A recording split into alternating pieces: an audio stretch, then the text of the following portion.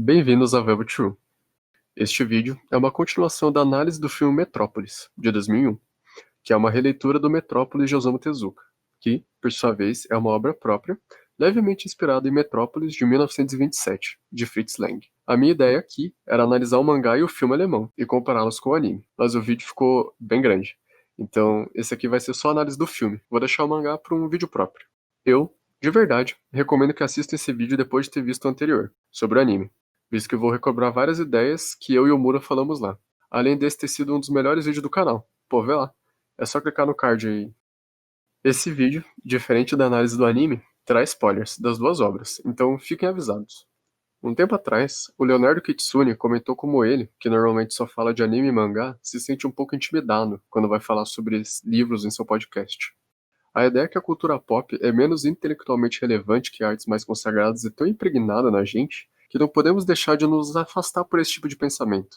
Então, quando eu compro a briga de falar de um dos filmes mais relevantes de todos os tempos, de quase 100 anos atrás, em preto e branco, e mudo, que adapta um livro de ficção científica, eu admito que eu partilhei um pouco do mesmo sentimento do Kitsune.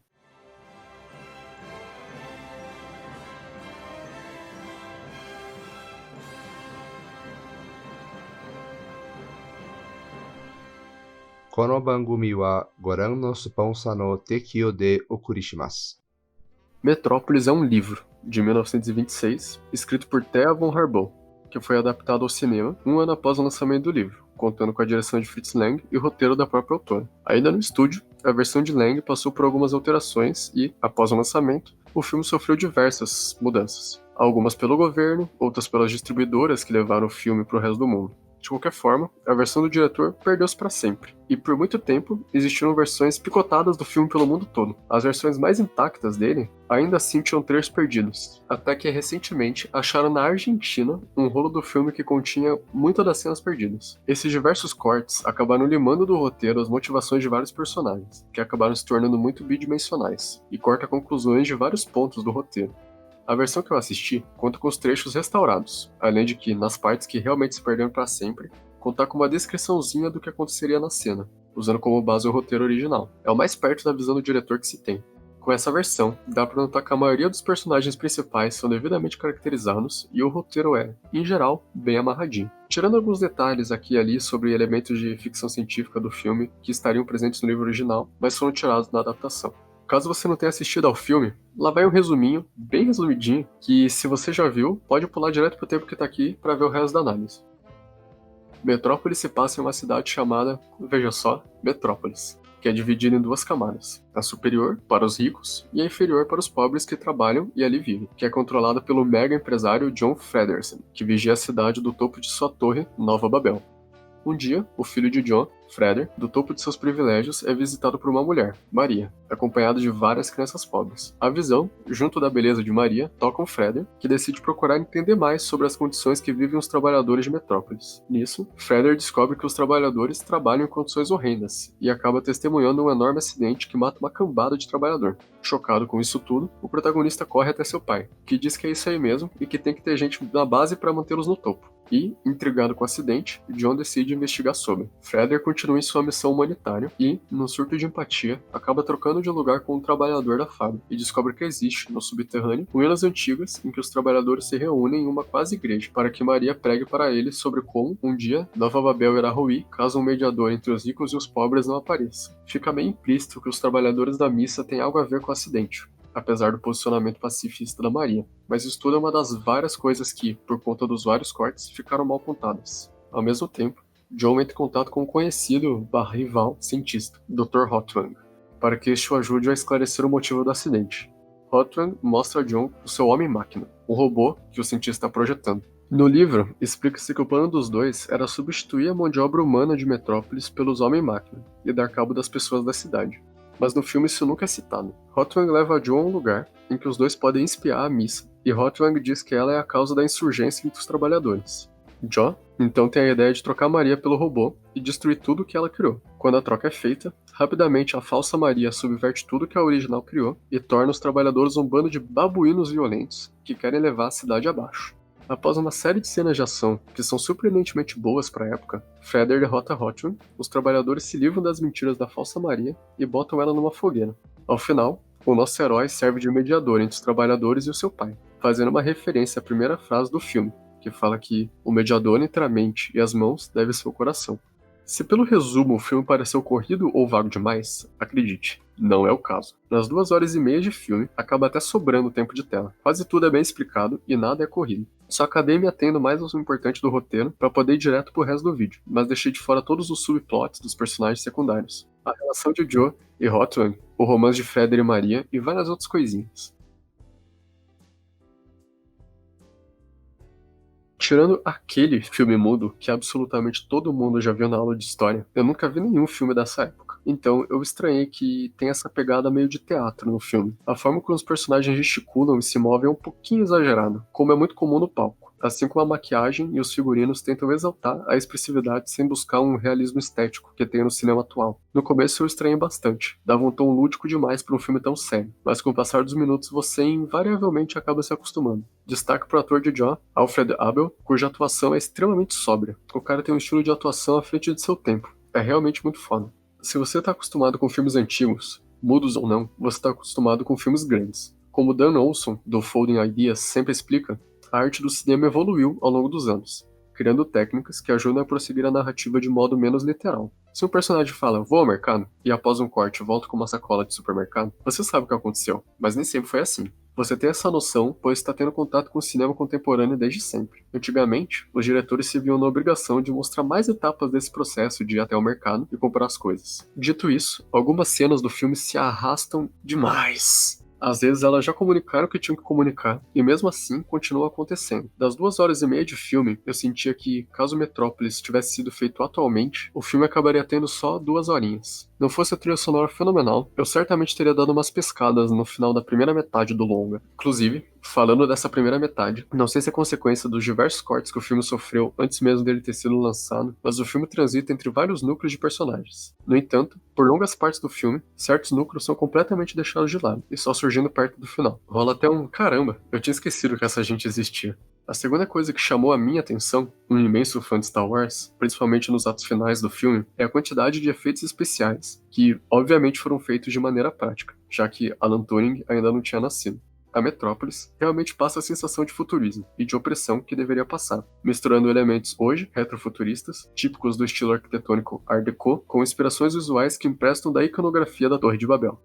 Durante a produção, foram usadas miniaturas, além de uma técnica de espelho chamada Schuften Process, para que desse a ilusão de que as pessoas estivessem de fato interagindo com as miniaturas. No livro Fritz Lang, The Nature of the Beast, comenta-se que o diretor tratava os figurantes quase como se fossem objetos no set de filmagem, contraditório com a mensagem do filme, que propõe uma união pacífica entre patrão e empregados, mas visualmente o resultado é incrível. E justamente por essa extravagância visual toda, que Metrópolis se tornou um dos filmes visualmente mais influentes de todos os tempos. Só para citar alguns exemplos: C-3PO e a mão mecânica de Luke Skywalker, de Star Wars, a cidade de Los Angeles em Blade Runner, os maneirismos do Dr. Frankenstein, de Colin Clive em Frankenstein, Rapture City, de BioShock, e, por último, a mão mecânica do terceiro melhor Jojo, que foi dada a ele por um cientista louco alemão. Daria até pra falar que os visuais de Gotham City, que misturam o retrofuturo com o goticismo, têm as suas origens em Metrópolis, principalmente em The Animated Series. Não bastasse isso, Metrópolis foi tão influente que basicamente moldou o que as pessoas esperam de tecnologia futurista em filmes. No que toca a Metrópole de Rintaro, a cidade é dividida em camadas, assim como a ideia de um zigurate que centraliza a autoridade e o poder, são ideias emprestadas daqui. A ideia do levante dos trabalhadores no ato final do filme, assim como a destruição da mulher robô, estão presentes aqui e no mangá do Tezuka. No entanto, apesar de Metrópolis ter sido extremamente influente nas telas, na literatura, ficção científica já era um gênero consolidado, e que já se propunha a mostrar realidades distópicas como um espelho da nossa própria realidade. E é justamente desses autores de ficção científica que muitas das críticas ao filme vieram. H.G. Wells, autor de A Máquina do Tempo, Guerra dos Mundos e do Homem Invisível, critica o filme de todos os lados possíveis. Wells critica o visual, apontando que as cidades verticais são irreais demais, visto que a tendência é a centrifugação dos centros urbanos. Aponta que os carros e veículos voadores que se veem voando pelo céu de Metrópolis são antiquados, visto que são meros primeiros modelos de 1927, ao invés de algo realmente futurista, além de criticar o próprio conceito do mundo de Metrópolis, que coloca a falsa Maria como vilã e aponta, erroneamente, convenhamos, que o mundo de Metrópolis não era realista, pois a tendência do mercado era buscar salários maiores para os operários. Inclusive, se você acredita nesse papo de que o Henry Ford aumentou os salários de seus funcionários para que eles comprassem carros com seus salários de $5, por favor, lê o texto na descrição. No entanto, devo concordar com Els que, em um filme de mais de 2 horas, ter detalhes omissos sobre o que está sendo produzido nas fábricas de Metrópolis, e todo esse papo de que o robô estava sendo criado para substituir a mão de obra humana ser exclusiva do livro, é um pouco frustrante mesmo. Apesar disso, essas falhas não diminuem o maior mérito do filme, a mensagem. Apesar do capitalismo ajudar a criar um mundo com comodidades nunca antes imaginadas e livre de adversidades que perseguiam a humanidade por séculos, se a gente não policiar esse desenvolvimento com alguma coisa, começamos a trilhar um caminho distópico em que as pessoas se tornam apenas uma parte dispensável da cadeia de produção. Uma mensagem simples, que à época já não era tão original, visto que Frankenstein existia há quase 100 anos quando Metrópolis foi criado, mas é pertinente até hoje. Não por menos, o filme de 2001 e até o mangá do Tezuka vão usar essa mesma temática em suas reinterpretações de Metrópolis. Ou talvez diminua. Veja bem, Lang é filho de uma judia e criticou, ao longo da sua filmografia, o regime nazista e expressões de autoritarismo. No entanto, Metrópolis era um dos filmes favoritos de Adolf Hitler e Joseph Goebbels. Hitler, inclusive, se dizia identificar com o protagonista, Fredder, e M, filme de 1931, foi utilizado como propaganda antissemita na época. Como um filme pode ser lido de formas tão diferentes? Você me pergunta? Bem, a Alemanha, nas vésperas da ascensão de Hitler, era palco de uma série de influências e incertezas. A economia fragilizada por conta do Tratado de Versalhes, os diversos anos de uma cultura que passava pano para o antissemitismo, a ascensão dos bolcheviques na Rússia, além de, claro, a ascendente popularidade do partido nazista, fazia com que toda a mídia lançada nessa época virasse um jogo de identificar formas em nuvem. Todo vilão de filme que fosse derrotado pela união dos protagonistas poderia vir a ser reinterpretado a favor de uma das várias narrativas que ali se criavam. Lang, ao longo de sua carreira, fez questão de negar qualquer ligação ao nazismo. Inclusive, o diretor conta uma anedota que, após o lançamento de O Testamento de Dr. Mabuse, Goebbels o chamou para uma reunião, em que demonstrou seu apreço pela obra de Lang, mas demonstrando incômodo com seu último lançamento. Goebbels então ofereceu a Lang um cargo para fazer filmes e propagandas para o partido. O diretor disse ter recusado, e logo depois fugido, assustado para a França. Pois bem, vamos ver a leitura antinazista que pode ser feita a partir de Metrópolis.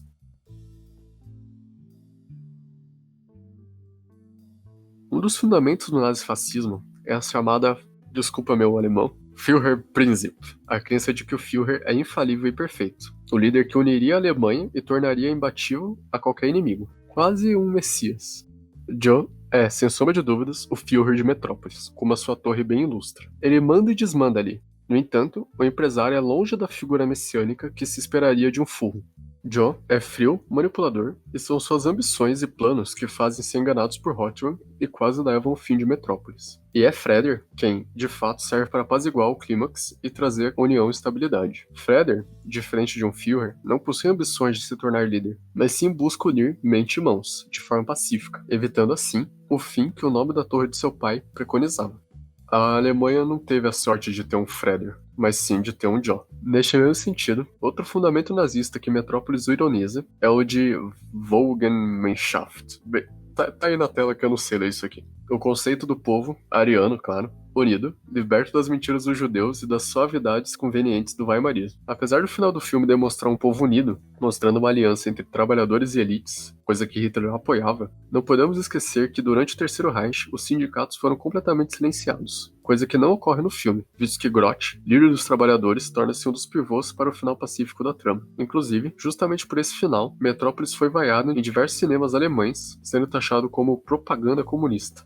Mas também, muitas pessoas de esquerda criticaram Metrópolis por apresentar os problemas inerentes à luta de classes de forma simplória, e com uma resolução pacífica que não condizia com a realidade. Agora, lembra que eu disse que Metrópolis era baseado num livro escrito pela mesma pessoa que roteirizou a adaptação cinematográfica? Então, Lang não era apenas companheiro profissional de von Harbaugh, mas também era seu marido. No entanto, o relacionamento dos dois foi, no mínimo, complicado. A autora era afiliada ao Partido Nacional Socialista Alemão, e dá pra imaginar por que o relacionamento de uma nazista com um judeu não deu lá muito certo. E, apesar de Lang supostamente ter tentado filtrar as ideias tortas de sua então esposa dos filmes que eles coproduziram, muita coisa acabou sendo intoxicada pelos ideais de von Harbaugh. Começando pelo óbvio, o vilão, Dr. Hotwang, é um sujeito esguio que mora em uma casa antiga, no meio dos prédios de Metrópolis e possui uma estrela na porta da sua casa, além de Hotwang ser literalmente o nome judio. Eu não preciso dizer mais nada, né? Mas estereotipado eu acho que é impossível. Hotwang não só corrompe Job, que representa os industrialistas alemães, ao apresentar o homem-máquina como alternativa à mão de obra honesta das pessoas, como também a religião dos trabalhadores de Metrópolis, apresentando com a sua falsa Maria uma versão distorcida do cristianismo que Maria pregava. Com a sua religião bizarra e discurso que fala sobre igualdade entre trabalhadores e empregadores, Hotwang corrompe eles, os incentivando a se rebelarem contra o empregador, de forma violenta, não da forma pacífica que Frederick propunha. Isso tudo fica ainda pior quando, lendo o livro, notamos que todas as regiões subterrâneas de Metrópolis e o bairro que Hotwang mora possuem nomes asiáticos. Isso, lógico, dialoga com a ideia de orientalismo, tão presente na literatura e filmografia da época. Essa noção distorcida que asiáticos são místicos e ocultistas. E a mensagem disso não poderia ser mais óbvia. As ideias que os nazistas viam como degeneradas só nascem em ambientes estrangeiros e afastados dos belos ideais do povo alemão. E é só através da sua eliminação, da forma mais literal possível, que as ideias do comunismo e do judaísmo, que o povo superior se unirá em um único Volks, livre das interferências do weimarismo. E isso só ocorrerá sob a tutela de um líder nacional socialista, que unirá as mãos desse país e a mente.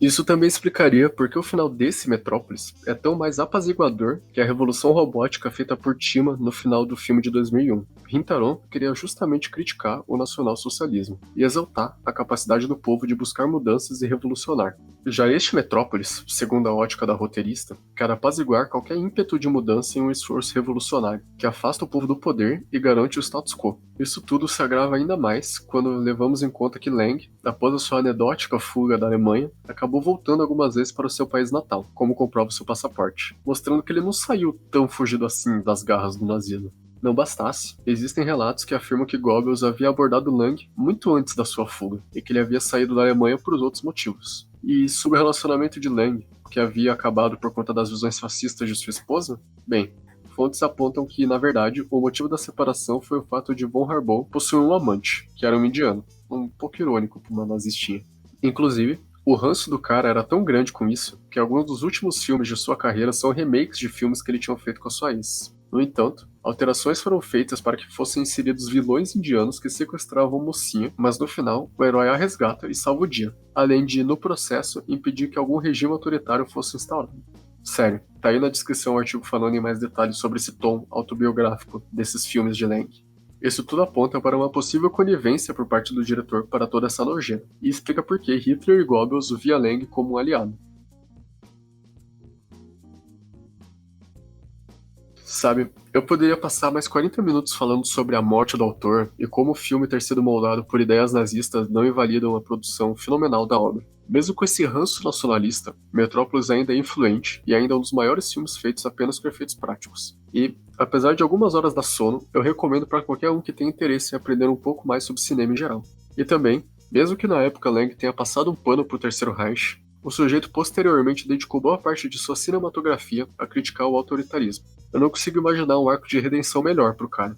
Lang disse se arrepender pelo jeito que Metrópolis ficou, afirmando que o filme era bobo, justamente pelo fato de Hitler ter gostado. E dito isso, comentem aí suas opiniões sobre o diretor, sobre o filme ou sobre qualquer outra coisa. Vocês devem ter notado que estamos de layout novo aqui no canal. O Moura que fez. Segue ele lá no Instagram pra dar uma olhada nos trabalhos dele. E de Lambu já me segue lá também. Eu posto um total de 0 coisas por lá. Segue também a gente no Tonilber pra me ver reclamando dos meus problemas cotidianos e ver o Moura me zoar por isso. E, por último, se inscreve aí pra acompanhar mais fácil os nossos lançamentos. O Jairo tá pedindo, pô. E clica no sininho. Eu não sei o que esse trem faz, mas todo mundo pede pra clicar, então eu vou pedir também. Vai ver, dá poderes mágicos pra quem clica. Sei lá, testa aí.